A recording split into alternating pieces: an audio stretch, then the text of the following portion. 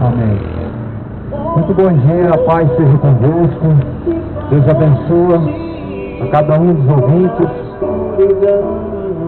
Lamentações, capítulo de número 3, versículo 22.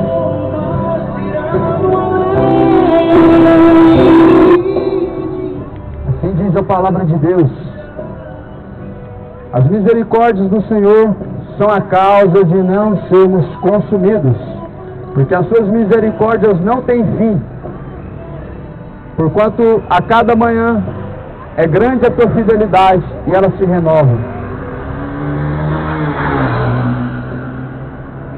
O motivo de nós estarmos hoje, mais uma vez, com o fôlego de vida é a misericórdia de Deus. Quantos têm acordado pela manhã e assim têm agradecido a Deus? O fôlego de vida pertence a Deus. E se hoje nós estamos de pé pela misericórdia de Deus, devemos assim ser gratos a Deus e devemos assim levantarmos para poder honrar a Deus em toda a nossa forma de viver. O nosso corpo é templo e morada de Deus, e neste corpo não pode reinar o pecado. Este corpo ele tem que ser o templo da glória de Deus. O teu corpo tem que ser para honrar a Deus. O nosso corpo ele tem que ser somente para honrar ao Senhor. A Bíblia diz em 1 Coríntios 3,16: não sabeis que o vosso corpo é o templo e morada do Deus vivente? Aquele que destruir o corpo, que é o templo de Deus, também será destruído por Deus. 1 Coríntios 3, versículo de número 17: aquele que destruir o templo de Deus, que é o teu corpo, também será destruído por Deus. O pecado ele destrói o corpo.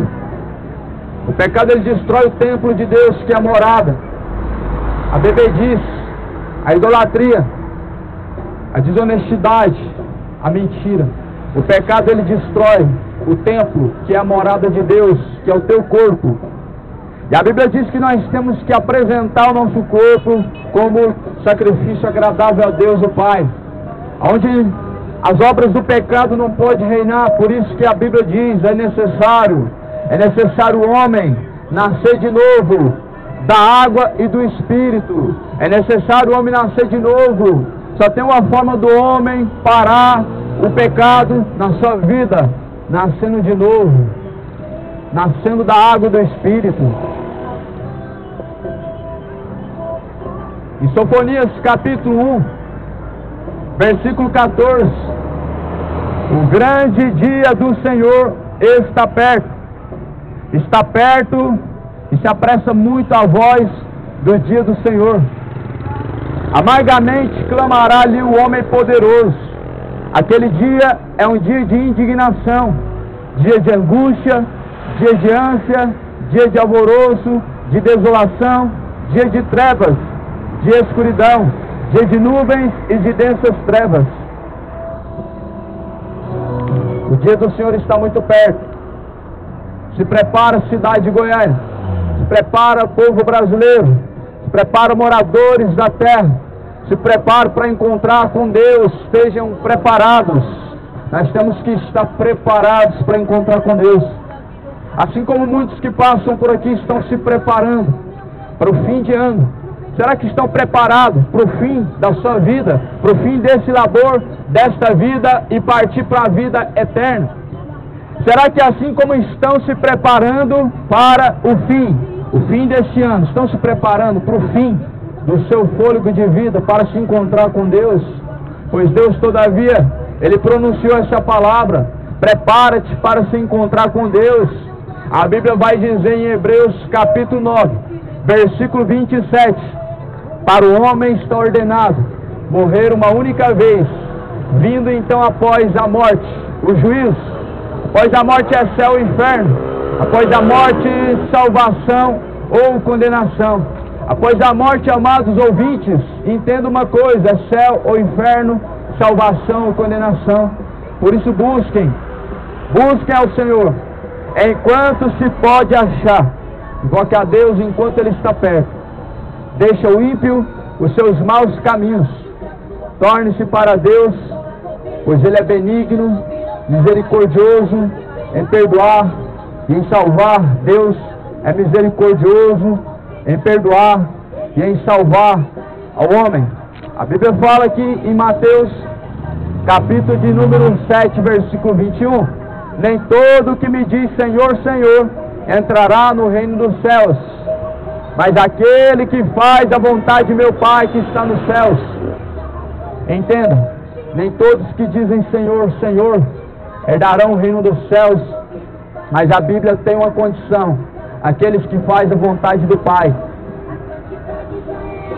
Seja santo, seja servo para agradar a Deus. O inimigo quer roubar o que Deus já te deu. O seu lugar foi garantido de aposentação. Mateus 7, capítulo 7 de Mateus, onde diz: nem todo aquele que me diz Senhor, Senhor, entrará no reino dos céus, mas aquele que faz a vontade de meu Pai que está nos céus. A quem nós apresentamos a fazer a vontade é aquele que nós servimos. Ou teu corpo está entregue ao pecado, ou teu corpo está entregue a Deus. Ou sua boca é para glorificar o diabo através da bebedice, da prostituição, ou para glorificar a Deus. Só que a Bíblia diz em Romanos capítulo 1 que antes em seus discursos se desvaneceram. Antes em seus discursos se desvaneceram, pois honraram e serviram mais a criatura do que o próprio Criador, que é bendito. Romanos capítulo 1. Pelo que assim abandonaram a Deus, como não quiseram saber de ter conhecimento de Deus, Deus os entregou às paixões de seus corações para desonrarem a si mesmos. Cidade de Goiânia, pois já é a hora final, já é hora de despertarmos desse sono da indolência, já é hora de despertarmos e nos levantarmos do pecado. Amados ouvintes, já é a hora de estarmos mais do que nunca preparados para se encontrar com Deus. O arrebatamento vai acontecer, não aconteceu, como dizem as testemunhas de Jeová, não aconteceu. A palavra de Deus fala em 2 Pedro, no capítulo de número 3, que este mundo atual se reserva para o fogo, se entesoura para o fogo do tormento. E a Bíblia diz que quando Jesus vier, quando Jesus Cristo voltar, Ele virá nas nuvens no céu. A Bíblia diz que o céu se passará, se desfará juntamente com a terra, e todos os seus elementos serão desfeitos, serão consumidos. Aí eu te pergunto, se Jesus já voltou, então por que estamos aqui ainda? Se Jesus já veio, o que estamos a fazer neste lugar? Sendo que a Bíblia vai dizer que a terra e o céu vão ser destruídos, não vai sobrar nada. Como fala em Malaquias capítulo 3, de sorte que não deixará nem raiz e nem ramos. Nem raiz e nem ramos. Livro de Mateus, capítulo de número 3, pois o machado está à raiz das árvores. O machado está à raiz das árvores. E toda árvore que não produzir bom fruto será cortada pela raiz, será lançado no fogo.